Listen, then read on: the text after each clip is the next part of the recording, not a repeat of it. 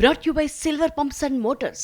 Top quality और consistent performance के लिए सिर्फ सिल्वर पंप्स नाम याद रखना. తెలంగాణ శాసన మండలిలో కొద్దిసేపు గందరగోళం చోటు చేసుకుంది. మంత్రి జూపల్లి కృష్ణారావు చేసిన వ్యాఖ్యలపై బీఆర్ఎస్ ఆందోళన వ్యక్తం చేసింది.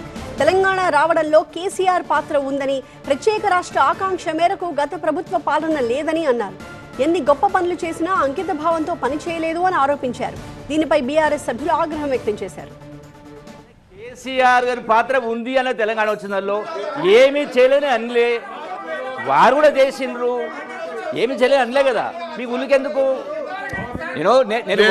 నేను వారు ఏమీ చేయలేదంటే బాధపడాలా, తెలంగాణ వచ్చిందో వారి భాగస్వామ్యం లేదంటే బాధపడాలా?